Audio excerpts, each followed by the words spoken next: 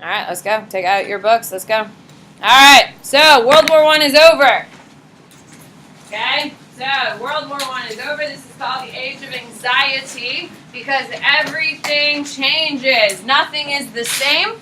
Everything changes. So what we're going to call this generation is the Lost Generation. Does anyone know of any famous books published during this time? Probably read in English. To Kill a Mockingbird is the 50s, so post-World War II, but good. Hemingway. Anyone here ever read Hemingway? Yeah, the man gets drunk the whole damn time, correct? Every character is just blackout drunk the whole time, stumbles into some consciousness, and then stumbles back out to his blackout. The reason is Hemingway fought in World War I. F. Scott Fitzgerald, what's his famous book? Great Gatsby. This is all during the Last Generation. Why is everyone getting drunk every single night? PTSD, absolutely. They call it shell shock. Post-World War I, they didn't have PTSD. They call it shell shock. It's called the Last Generation because, A, we're having the largest population being wiped out. Pretty much all men from the ages of 18 to 25 are pretty much all dead. Can we agree? So the men who do survive are just people, like whole villages are wiped out in France of like men from the ages of 18 to 35. Like, there's so much death because of World War I. It's called the Lost Generation. I think we can all agree everyone's incredibly pessimistic. Why would everyone be very pessimistic post-World War I? Everyone's dead. We just saw the atrocities that humans can do to one another.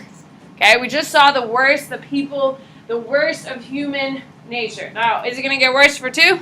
Yeah. However, no one's ever seen a war fought like that. There's so much death, so much destruction, they've never seen anything like that. So, one of the most famous things is, you do need to know, I think it's a test question to be quite honest, is Spengler, The Decline of the West. Okay? This book theorized that the West would never recover from this. He theorized that the West's time as being the most powerful region on the earth has declined.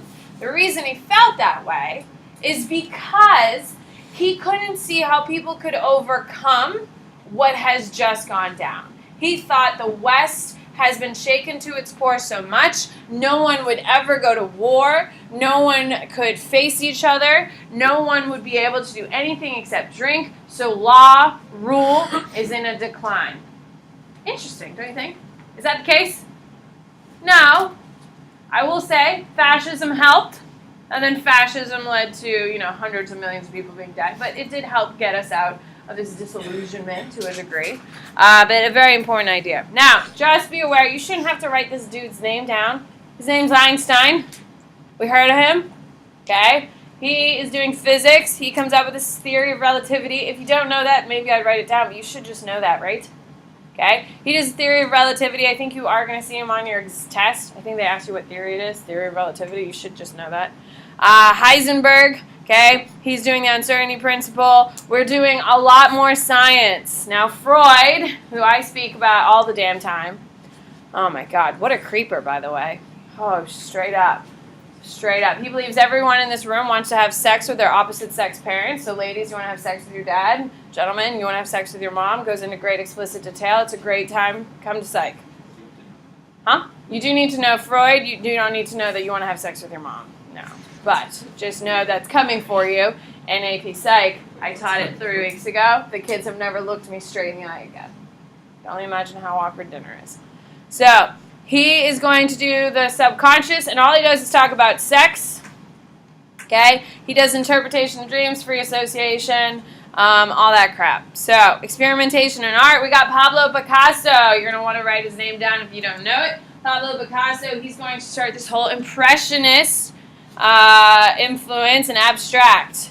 Okay? Impressionists are not going to be Picasso. He is the geocentric, isn't he? He's the cubism. There you go. See, I was kind of getting there. Thank you, Raina. He does cubism. You may want to write that down. His most famous piece historically we care about is Guernica. You want me to write that down? It's going to be about during this time period too. Guernica.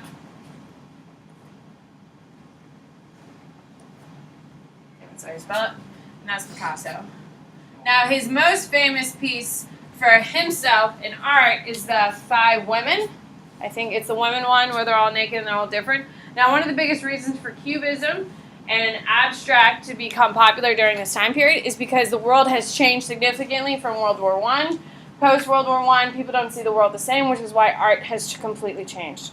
We also have another major invention, which makes it so art doesn't have to be perfect. And what is that invention?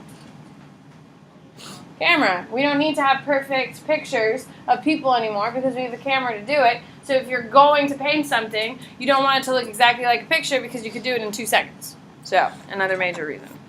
Okay? So, architecture, we have a lot more of buildings going up. The biggest thing you need to know is that skyscrapers are going up, international style, glass. Okay? Turn of the century is going to be very, very popular. So, this is a big thing, the Great Depression. It changes everything. It causes World War II. Why does the Great Depression start? Oh, the Treaty of Versailles. Everything that happens, you need to be able to tie it to the Treaty of Versailles. Is everyone clear on that? Yes? The Treaty of Versailles is the reason for everyone's problems. So let's start. The Great Depression is going to be caused... I'm going to even write this down. Look at you people. Look at my guidance. All right, so the Great Depression.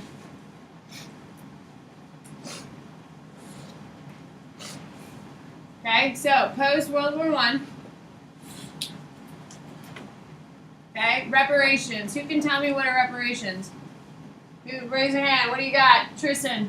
Like a nation being forced to pay other nations for their war costs. Okay, so Germany has to pay about how much? $338 billion. Okay, Germany has to pay. Okay, they owe this money to who? The U.S., France, England. Okay, who is not on this list? Russia. Who can raise your hand and tell me why Russia's not on the list? This is a huge impact on this week's content. Zach. Because of the Treaty of Versailles. They got out of the war in 1917. So, what we have is reparations. Germany has to pay this much money to these countries. Can they pay it? No. Nope, they can't pay. They can't pay, so if you can't pay, what do you do? Well, yes, that'll be a problem here in a second. If you can't pay for something, what do you do?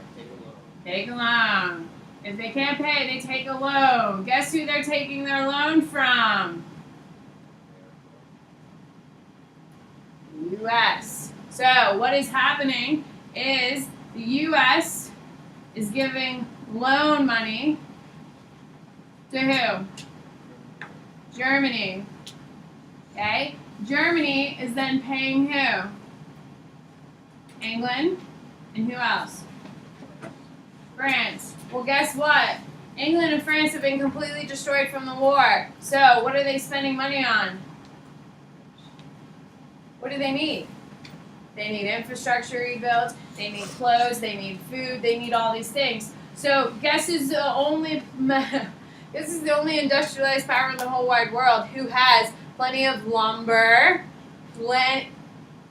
Who's the only industrialized power still intact who has lumber, coal, oil that they could sell easily? So, the loan money goes to Germany. Then that money goes to France and England. France and England get that money, and guess where it goes back to? The U.S. So who benefits the most? The U.S. is the one benefiting the most post-World War I. Okay? So, the United States is doing all these different types of things, and it is moving money. What's going to happen in 1928? The German economy collapses.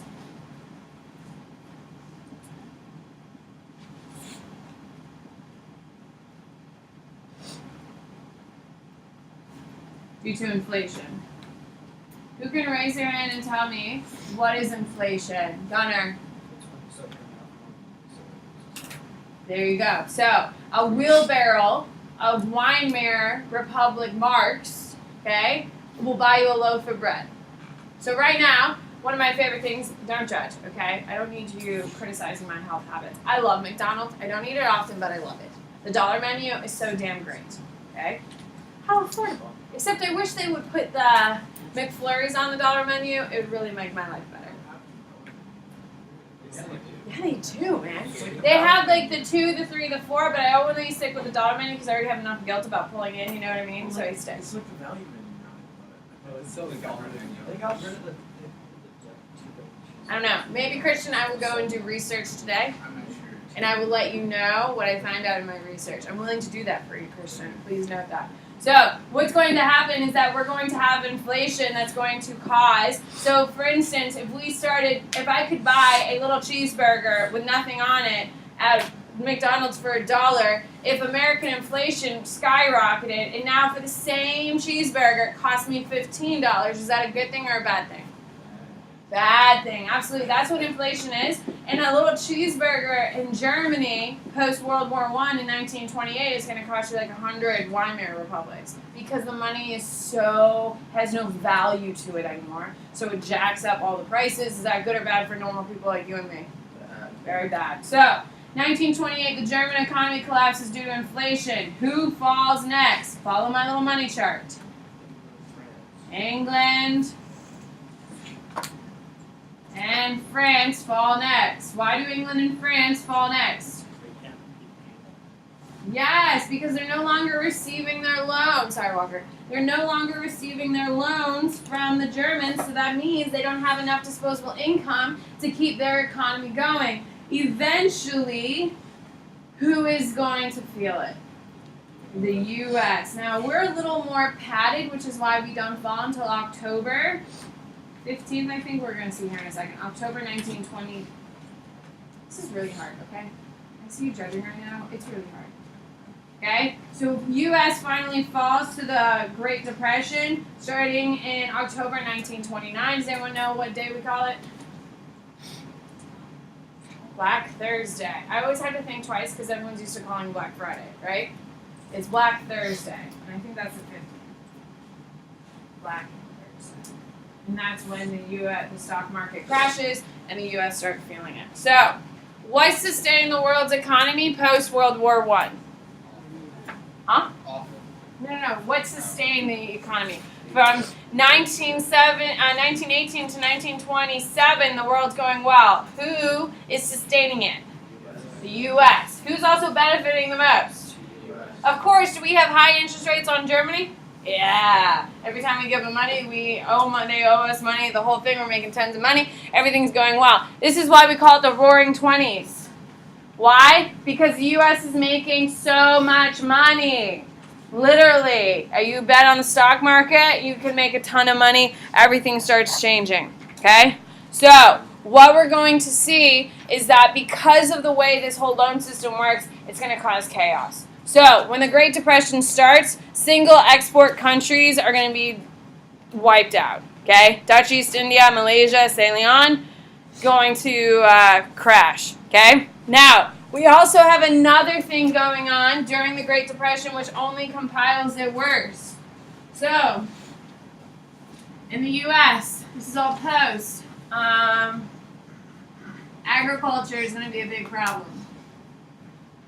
So, here in the United States, okay, we were not directly touched by World War I, correct? No American city was bombed, nothing was hurt. We were just sending our boys overseas, okay? Because of that, after the war, we're the only country intact, which made us benefit because we had all the stuff we needed. What's the number one thing these countries needed after we just built trenches through all their fields in Europe? What do they need?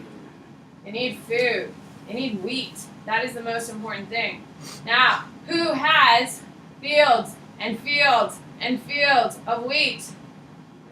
We do. So guess what we're going to do? We're going to sell it. So the world needs wheat.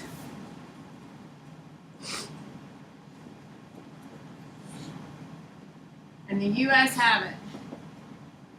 So the direct outcome of that is we over-harvest our land. Why would we over-harvest our land? What are we trying to do? Yes. This is the highest price after World War I wheat will ever be in world history. World history. It is the most valuable after World War I. We over harvest because it's an opportunity to sell a lot of wheat really quickly at really high prices. So all of the United States is starting to sell wheat. It's important for you to know that wheat requires lots of nutrients. Okay? So what does that do to our soil if we overproduce it? It dries it out. The topsoil blows away. Blows away.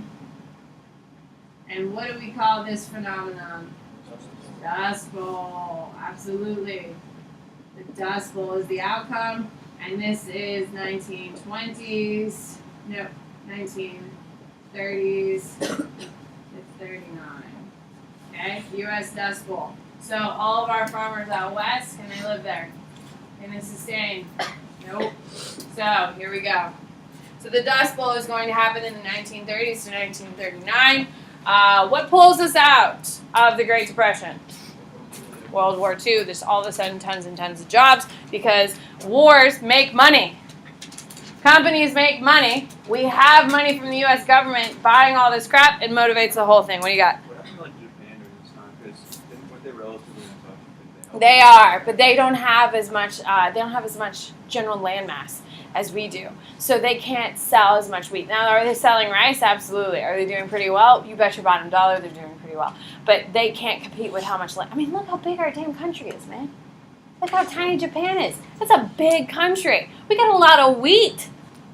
Okay, we got a lot of timber. We got a lot of resources, and we are in a position because we're fully industrious, and we have been for a very long time. So we're able to send it. Now, does it hurt us? Yes. However, did we make a lot of money in the meantime? Yes, we did. So, Black Thursday is October 24th, 1929. On Black Thursday, there are 11 suicides because people are so heavily invested in the stock market. It was a joke. If you put your money in a bank, you're not going to make money. But if you put it in the stock market, you're going to be a millionaire real quick. Do we believe that today? No. The reason is because stock markets were taking strict advantage. People who play the stock market, who run the stock market, were making the most money. That makes sense. Normal people like us were putting money in it. We weren't making that much. But the wealthy, the people, the elites, the people who knew what they were doing were making fortunes. Okay? So, what's going to happen is when the economic crash happens, when the stock market crashes, okay? So, stock market crashes. You're going to want to write this down. Stock market crashes. Banks invested in stock market. So if the banks invest in stock market, what happens? They lose a lot of money.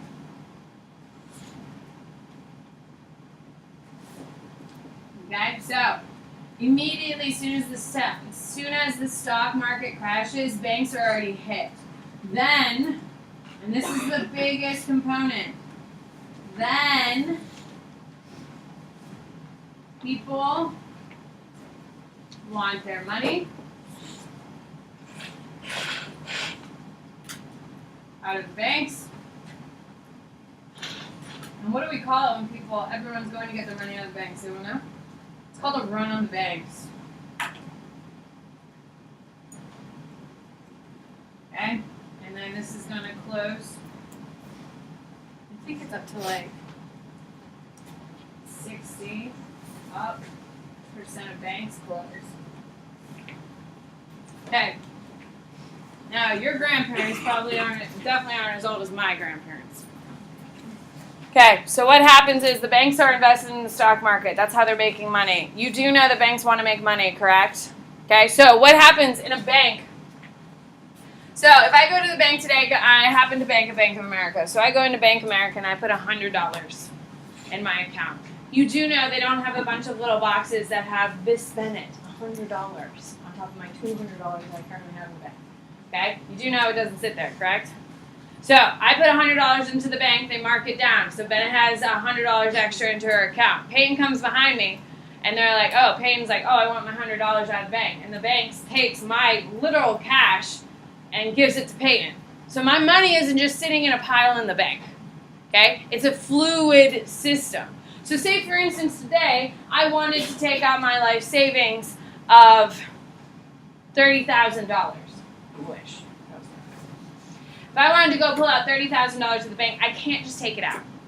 Anything over $10,000, I have to give the bank a 3-day waiting period. Why? They don't have it. They don't have it. Now, should I be freaking out that they don't have my $30,000? No, because they invest it. Because banks are in the business of making money. So what they do is they take that money to pay other people, but you still get credited for it. That's why we have banks, correct? Well, the problem is, if every single person, if I say Bank of America doesn't have our money anymore, and everyone goes to Bank of America demanding their money, guess what's going to happen to that bank? They're going to close because they're going to have a run on the bank. They're going to lose all their money because all their money isn't there. It's invested in the stock market. They do have some money in a bank. My father-in-law used to manage a bank. The average bank only has about $200,000 in cash in 2015. $200,000 in cash. It's really not that much, okay? How all the other money that is invested in different portfolios so the bank can make money. It's a business, okay? With that being said, if everyone at that bank went to go claim all of their life savings and take their money, is that going to be more than $200,000? Yes. Is that going to cause a panic? Yes. The bank is going to go under. Now, if the bank goes under, guess what happens? You don't get any of your money back. Why? Because the bank no longer exists. That's how it was during the Great Depression. Now, today, everyone in this room, when you open your bank account, are insured for $250,000. What that means is the government guarantees that if the bank closes that you're using, you will guaranteed up to $250,000. Does that make sense? It's called the FDIC. Have you ever seen the little sign? Insured by the FDIC. That's a post-Great Depression because people are having runs on banks. Banks are closing at a crazy rate. Do any of you have 44%, not 60%? Okay, sorry. What that means, my grandmother grew up, she has passed, but my grandmother grew up in the middle of the Great Depression, and she doesn't trust banks. So when she died, we walked through the house that she lived in for the last 40 years of her life, and we would move the TV stand, and there'd be a hole in the wall. Cash. In her favorite pillow cushion, on her couch where she always used to sit in the sun and had her TV. In the pillow cushion, she had probably $200. Her jewelry, she only put out her costume jewelry or fake jewelry on the display. She had a little cutout in her wall behind a frame that she would put all of her jewelry on. Very crafty, which made breaking down her house for sale very interesting because I know there's still money in that damn house. We couldn't find it all. And we were it was the craziest thing. It was the best hide and go seek game. I think my parents, they kicked us out after they started figuring out oh shit, she really hid money everywhere. They kicked us out because they didn't trust us. My parents pulled out of those walls about 10 grand. Because my grandmother doesn't trust banks. Why? Because her parents lost everything in the Great Depression. So she never invested in it. There was a can my dad found that had $3,000 in it. That he was I have no idea how long this can has been in this wall. There's no way she remembered that can was in the wall. And the only reason I found it is why? Because I bought a metal detector. Trying to find these damn jewels at least, because my grandma and my grandfather gave her a bunch of jewelry and stuff like that. That's why that generation doesn't invest money into banks anymore. Most of them are dying out because they're coming up on 90-something years old. So, there we go. World economic collapse. Now, the hardest hit countries are going to be, Japan is not going to do well once the Great Depression occurs. They're not going to be doing well. They're not the hardest hit one, but they're not going to do well. They're also going to, South America is going to be, Africa is going to crash terribly. So, U.S. is going to start this big plan called Plan Scarcity. Now, the less you have of something, the higher the price goes, correct? Like gold, for instance. There's not a lot of gold in the world. So, is the price of gold high or low? High. That's scarcity. The less you have, the more it costs. So what the U.S. decided to do in order to help stimulate the economy was let's make some things more scarce to make it more valuable, and that will help stimulate things so when people harvest it, grow it, and all that stuff. So what they decide to do is they decide, well, people are starving because we can't afford things. They burn hundreds of tons of vegetables, fruits, and animals. Because people out west had tons of animals, okay? And in the cities they didn't have them, but it cost too much to transport it, and there was not enough money to fund it. So what they did, there was too much, so the price was really low. So they're like, hey, if we kill 100,000 cows, guess what happens to the price of cows? Goes up. Well, the problem is they just burn the damn cows instead of feeding people. How does that make the U.S. government look? Terrible. Terrible. So people start protesting. John Steinbeck, have you guys been fortunate to read Steinbeck? Have you read The Pearl? God. Have you read The Grapes of Wrath? Oh my God, that one ends weird. Can we just agree, Jing Hao? There's a grown man breastfeeding off a woman at the end. Yeah, spoiler alert. Strange. He was hungry. You know? There you go. So, U.S. strategy. So laissez-faire, it's all going to work out, doesn't work, okay? Let's keep the government out. It's clearly not working. People are starving to death in American cities, okay? Planned scarcity, I think we can all agree, is an epic failure, and I would write failure next to planned scarcity. So what we have is the real solution to the United States is going to be John Maynard Keynes. He is going to save the United States economy. Okay?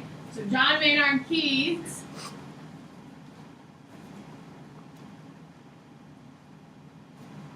okay, he's an economist.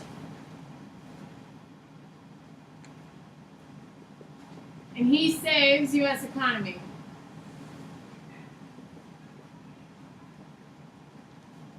With Keynesian system.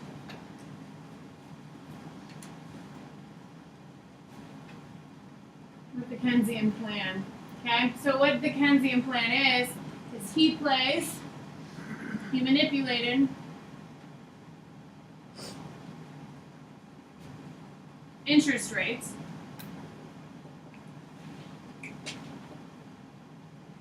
for loans to stimulate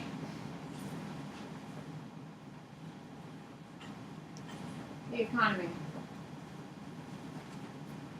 Okay? And it works. Guess what we do today to stimulate the economy? We play with interest rates. Absolutely. By the way, in case you didn't hear, that the Federal Reserve, the Fed, if you watch the news, they just call it the Fed, is jacking up 3 times this year the interest rates. They announced it last month that they're jumping it up because the economy is so strong, because their stock market's so strong. So what has been happening with the U.S. stock market in the last month? No, it's been all over the place because when interest rates go up, people have to pay more for all the loans they have from the government, which cuts profits, which freaks people out. So when interest rates are low, the economy booms because people are starting jobs because it's very affordable to start jobs. When interest rates go up, guess what? It gets harder to get loans and it's harder to make money. Now, do you think the United States is going to jack up interest rates a ton? No, that's not the goal. But playing with interest rates allows the U.S. government to recover some of the money it's lost, correct? That's why they're doing it. The U.S. economy is really strong right now, so because of that, they're increasing interest rates in order to help get some money back. Keynesian system works. All right, here we go to the board. On all loans. So for instance, when I bought a house, I have a mortgage, which is a loan for my house. There's a certain interest rate the U.S. government puts out. So I'm paying 3.26%. So every year I have to pay that. It's like I have to pay that in additional to my loan. When I bought, it was low. They're thinking of moving it up to 4, which is a huge difference, which means I have to pay a lot more in my house. So less people are going to be buying houses because the interest rates are low. That makes sense? It's like you're flirting with the top of my knowledge. On your whiteboard, please tell me what is it called when Germany had to pay back loans to England, France, in U.S. What do we call it? Come on, come on, come on. Good. What is it, Rana? Reparations. On your whiteboard, please tell me what is it? What is the treaty that ends World War I that will directly cause World War II? Good. What is it, Ryan? Treaty of Versailles. On your whiteboard, please tell me the overproduction of wheat causes what American tragedy? Good. What is it, Elizabeth? Dust Bowl. On your whiteboard, please tell me what country was the first one to fall to a Great Depression? Which country was the first one to fall to a Great Depression? Good. Walker. Germany. Germany. On your whiteboard, please tell me why did Germany fall to a Great Depression? Why was Germany the first one to fall? Good. Good. Abby. Inflation. On your whiteboard, please tell me what month and what year did the United States finally succumb to the worldwide depression? Cade. October 1929. October 24th, 1929, if you want to get super specific now that I saw the date. On your whiteboard, please tell me what is what are the two reasons for run on banks after Black Friday, Thursday? Damn it, see? See? What are the two reasons for a run on the banks? Oh, crap. What are the two reasons for the run on the banks?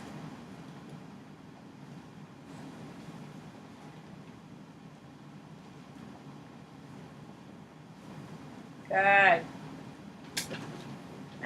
It's always there. Good, Elizabeth, what do I want? Yeah, people are scared, so people want their money. By the way, every time we have a hurricane, there's always people go and withdraw money from the bank. Did you know that if you go to the bank, there's a cap of how much money you can take out?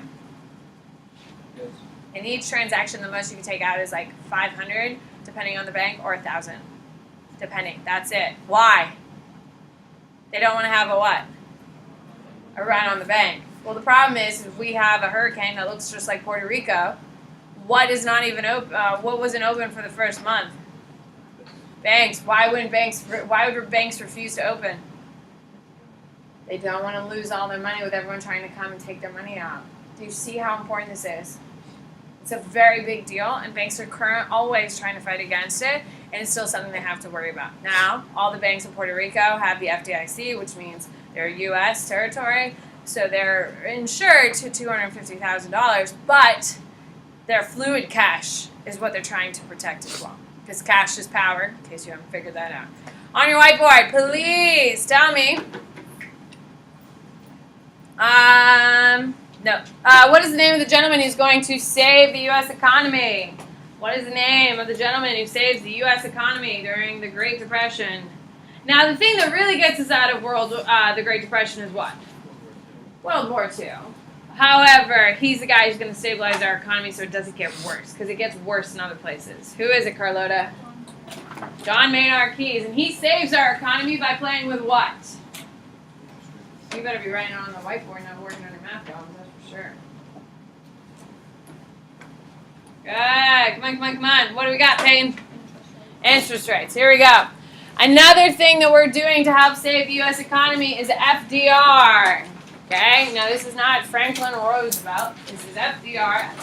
This is Franklin Delano Roosevelt. He is the president of the United States during the Great Depression, World War II, except for the last 3 months of it in Europe, and he's no longer president for when we drop the atomic bomb. He dies about 3 months before the end of the European campaign. So, FDR is going to do this whole thing called the New Deal. Now, the New Deal is the creation of jobs and a welfare system to help people struggling. Have you ever heard of Social Security? Yes, that's a New Deal. That's FDR's plan. Okay? He wanted people to be able to pay into a system so when they retire, they're not the responsibility of the government. That was the initial plan, because if you can't pay your bills, guess what happens? The U.S. government has to swoop in And, you know, they're not going to let you die in the streets theoretically, but people, of course, do. Yes. The New Deal is that it's economic plans. It's economic plans to help stimulate the economy. Has Social Security in it, and has fixer-upper plans. Like a lot of bridges, roads. For instance, all of our interstates are built during this time period. Why are all of our interstates built during this time period? Huh?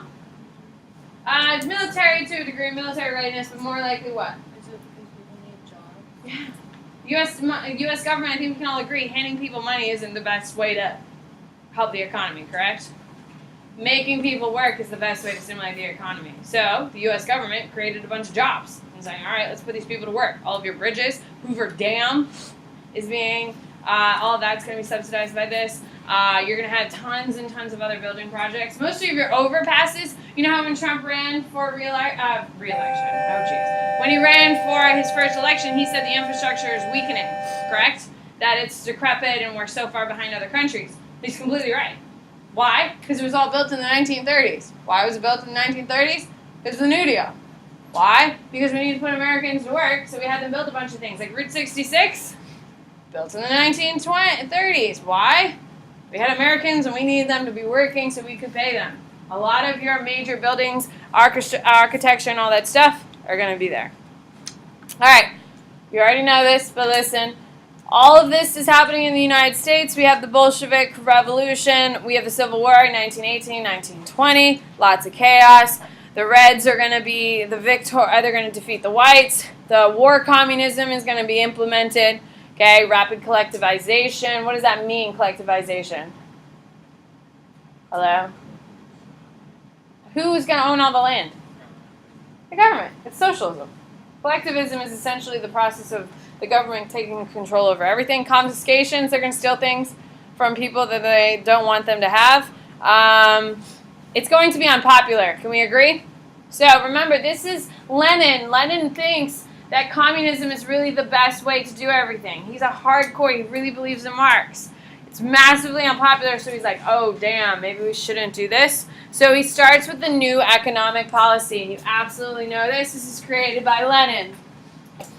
Okay? It is a hybrid system of communism / socialism. You're going to want to write this down, and it was created by Lenin. Okay? It is going to fail. It is going to fail, and I would make that note. However, it does kind of start this whole getting the modernization of the Russian economy. So, the new economic policy, or NEP, is going to be done by Lenin. You need to know that. It is semi-communist, semi-socialist. It's going to fail. And the reason it fails is because it's not really well organized. Okay, so what is it?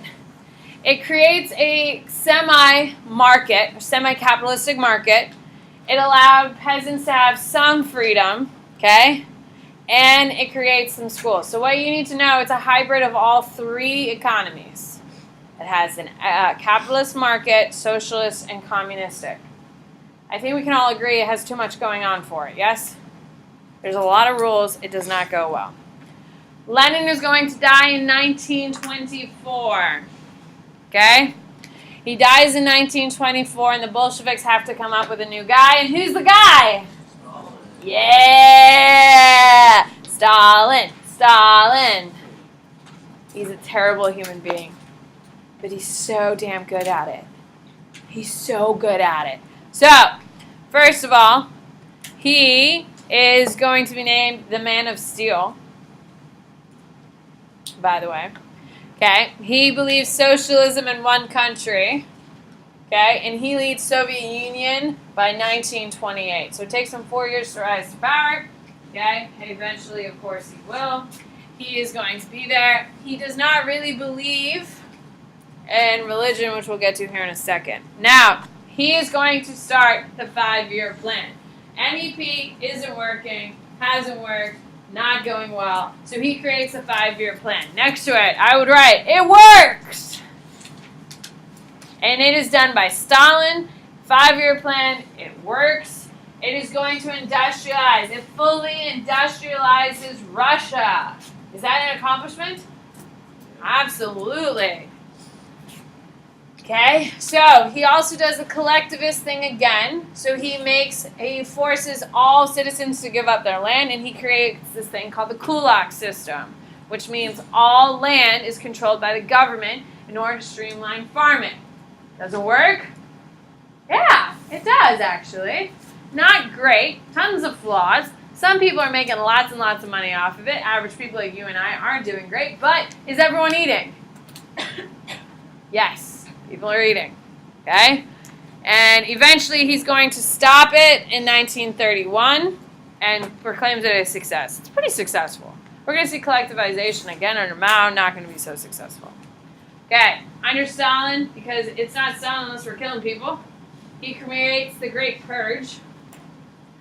And it's exactly what you think of if you've seen that godforsaken movie, Purge. Yeah, we're going to kill everyone tomorrow. Have a good day. You have no vocab this week.